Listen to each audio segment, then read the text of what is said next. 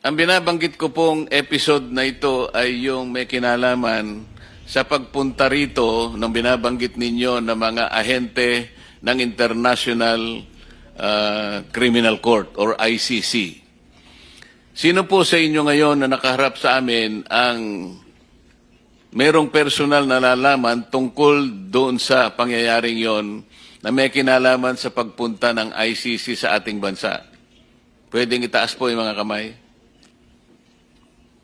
So, kung sino po yung unang gustong magsalita tungkol sa usaping ito ay malaya po kayo magpag-umpisa. Banggitin lamang ninyo ang inyong pangalan. Your Honor, ako po ulit si Rosebert Topan. December po 2023, unang dumating po ang unang pagkakaalam po namin is bisita po ni Boss Elizalde ko. Sino po?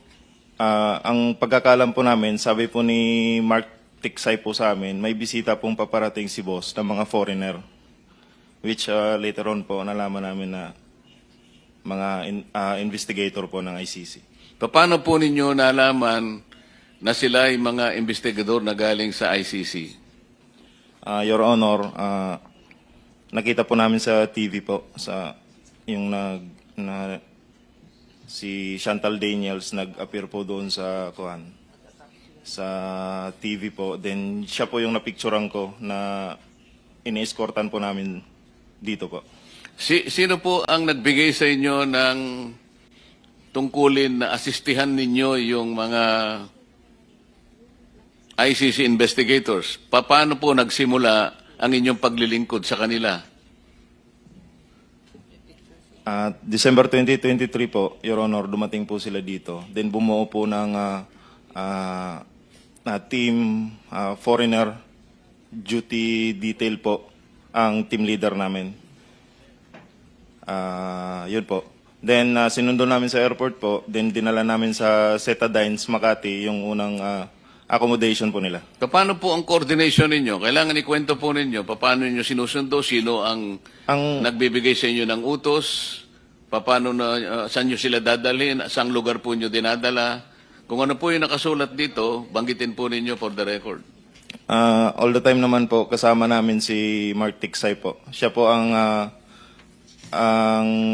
assistant po ng mga foreigner po. Then, yung team leader namin po, ang sinasabihan niya kung mayroong mga lakad, then kami po ang nagpo-provide ng security po sa kanila. Sino pa pong mga katauhan ang involved dito sa pagdating ng tinatawag ninyong ICC operations? Ang unang maalala ko po na na-meet po nila ay si Senator Trillanes po sa Dusit Tani. Ang una po nilang na-meet na tao po dito pagdating nila Sino po yung sila? Yung ICC po, yung mga foreigner. Nung mag-meeting si dating Senador Trillanes, ka-meeting niya yung mga operators ng ICC, nakita niyo po sila? Yes, Your Honor, kasi nung paghatid namin doon sa closed door meeting po kasi yun sa Dusit Tani, si Senator Trillanes po yung sumalubong sa mga foreigner.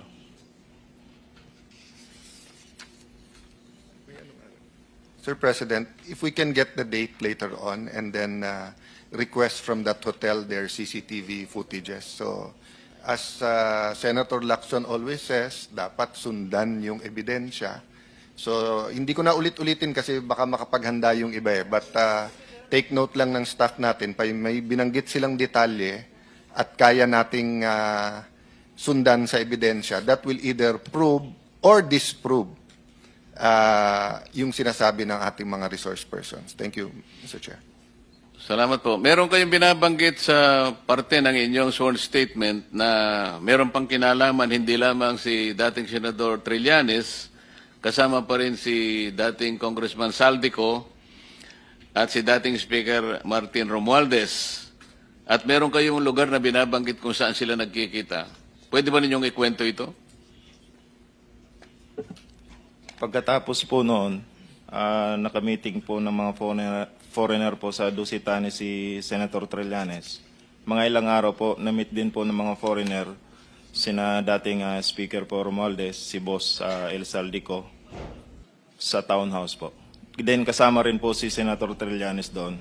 Unit 9, townhouse sa may Makidli po.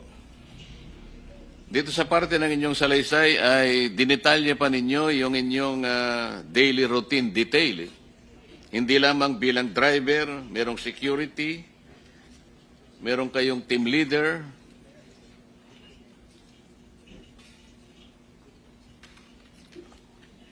Masyadong detalyado ang pagkaka-explican nyo rito. Ibig sabihin talaga, may nakatutok na driver, team leader, security para sa operators ng ICC. Napaka-importante nilang mga tao na dumating sa ating bansa. Alam ba ninyo kung ano ang pakay nila?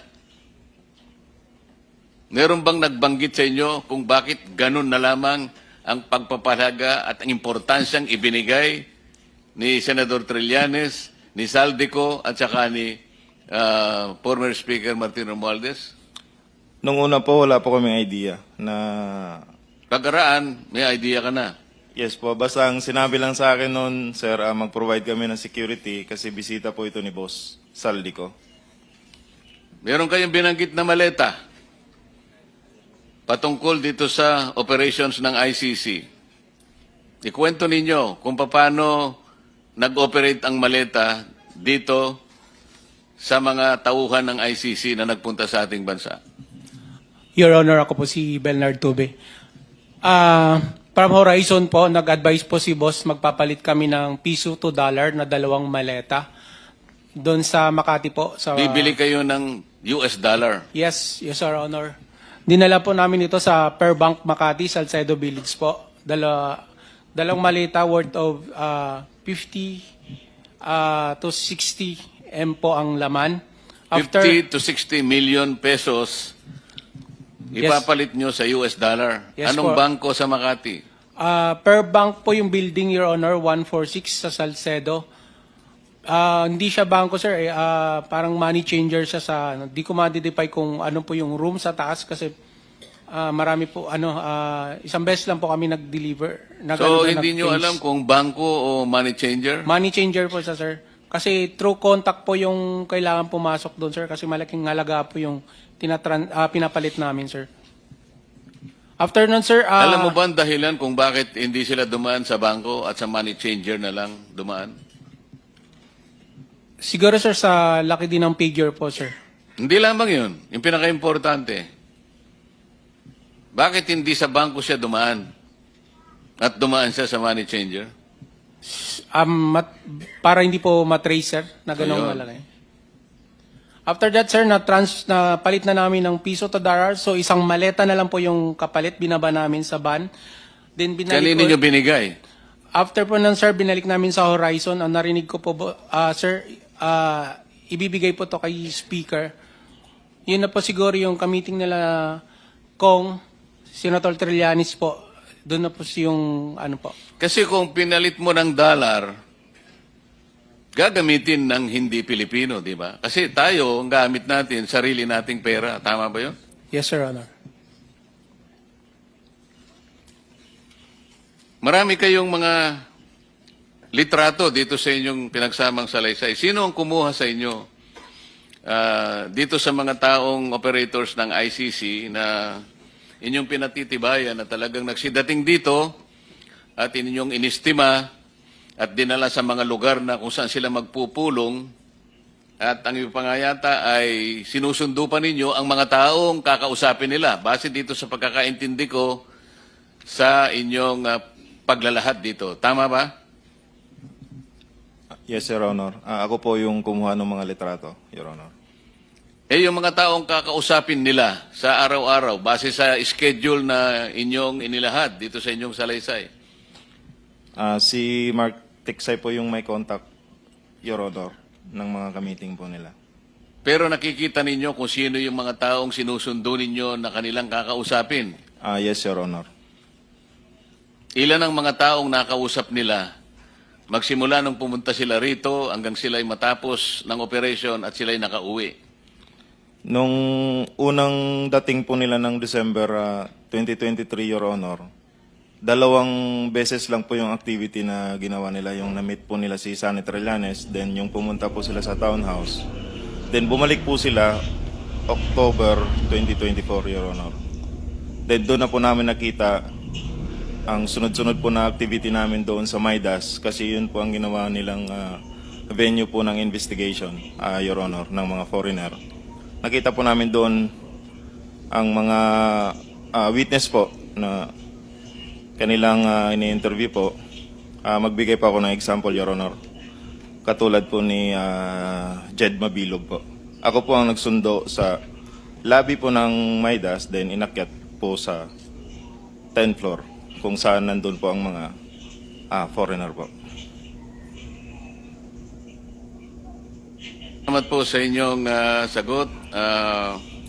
Balikan po natin sapagkat napaka-importante po ng ugnayan ng maleta mula sa kay Saldico hanggang sa mga bahay at lugar na pag-aari ni former Speaker Martin Romualdez.